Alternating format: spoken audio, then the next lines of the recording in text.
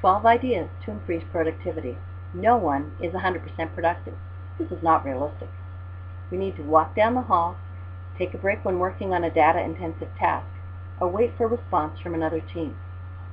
I'd like to share 12 ideas to increase productivity from Richard Darrell of BitRebel. Use a clock. Using tools can help us be more productive. Tools can be a computer, but the simplest of tools is a clock.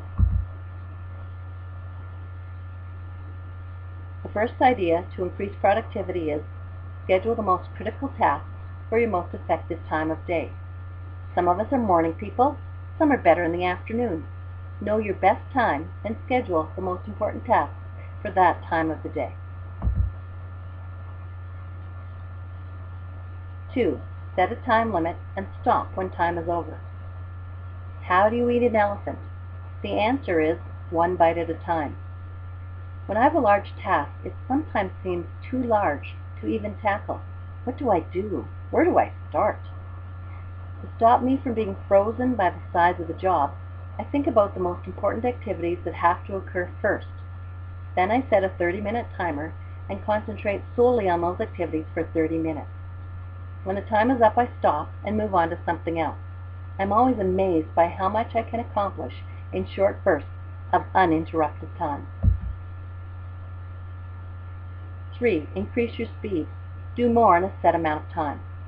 I have a colleague who times sending out her weekly client reminders.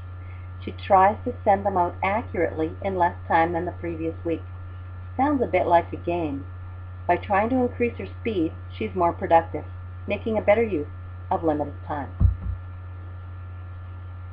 Using tools like a clock can help you be more productive. Batch similar items together. Switching between different kinds of tasks wastes time. In experiments published in 2001, Rubenstein, Evans, and Meyer conducted 4 experiments in which young adults switched between different tasks, such as solving math problems or classifying geometric objects. For all tasks, the participants lost time when they had to switch from one task to another. If tasks felt more complex, participants lost more time. As a result, people took significantly longer to switch between complex tasks. 4. Save time by doing your emails at one time, your phone calls at another, etc. By batching activities together, you will lose less time, especially if your work is complex. Putting activities together and working at them for a concentrated amount of time is another way to become more productive. Set goals and targets for each day. If I do not think about my day in advance, my focus becomes whatever is the latest email or the top piece of paper on my desk. If it happens that the most recent email pertains to my most important task, then things are wonderful. But usually it doesn't work that way. Instead, at the end of a day like this, I feel like I've not accomplished anything because I was working at the whim of what's next in the inbox. Those days can be frustrating. To be more productive, I need to think about what goals and targets are important to me in the long run, and by extension, what I should be doing in the short term to move towards these goals and targets. The 5th idea to increase productivity is choose your highest priority tasks the night before. By thinking about what is important to me to do tomorrow, I can accomplish 2 things. My subconscious can work on the issues when I'm sleeping, and I can start off my day focused on those important tasks. 6. Specific targets keep you honest. The 6th idea for increasing productivity helps you know if you're achieving what you want to versus, feels like I was productive today. The engineers I work with don't think that feels like is a good measure of productivity, and neither do I.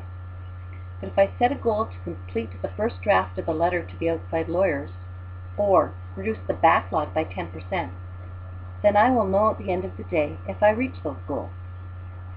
Having a target often propels me to give that extra amount of effort so that I can reach the target by the end of the day. For example, if my goal was to complete the first draft of that letter, and if I was close to having it done, I know I'd push myself to finish it before I left work that day. If, however, I didn't set a specific goal and just knew I wanted to work on the letter, I might leave when it is almost done and not make that final push for completion. By setting goals and targets for each day, you can set the expectation of increased productivity day in and day out. Delegate, delete, or date it. Sometimes the best use of your time today is not doing something. However, don't keep it on the corner of your desk bothering you and taking up psychological space in your life. You can do 3 things: delegate, delete, or date it. 7. Delegate to someone else. Is there someone who can help you? Is there someone whose skills would be expanded if they did the activity? Some of the leaders I coach used to hang on to all the work.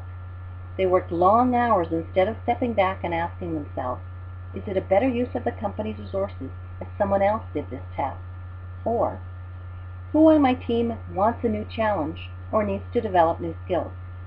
By thinking strategically about the limited resources in the organization, time, they could often delegate the job to a more appropriate person. 8. Don't do it. Delete the task. Don't think about it. Do you have to respond to every email that comes to you? Sometimes the most productive thing to do is to toss it and go on to something else. I worked with one leader who ran a large facility in a field location. He ignored absolutely every email from corporate departments.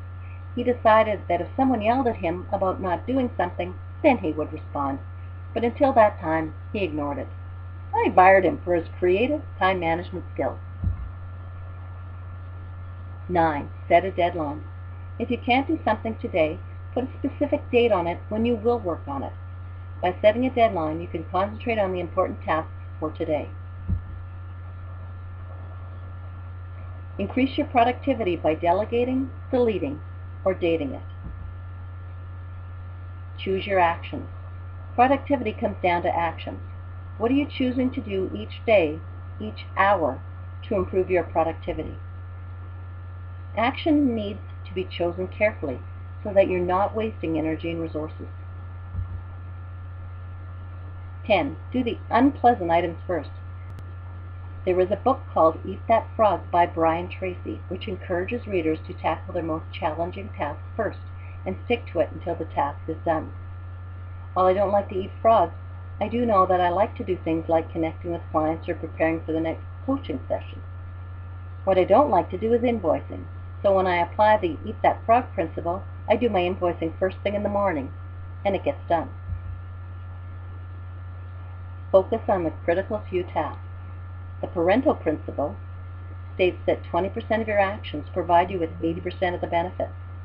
So focus on those few leveraged tasks that get you the most benefit from your limited energy and time. These often aren't the most enjoyable tasks, so you get back to the Eat That Frog principle and start those tasks first and stay on them until they are done. 12. Turn off email and phone while working. Many leaders I coach hate turning off the phone and email. They're afraid of missing out on something. I'm not recommending you turn off your email and phone for the entire day, but turn them off while you're concentrating on important tasks. I guarantee, if something important happens, you'll find out. Someone will call you or knock on your office door. You won't miss out.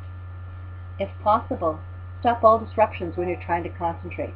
Maybe close your door or work in a different location.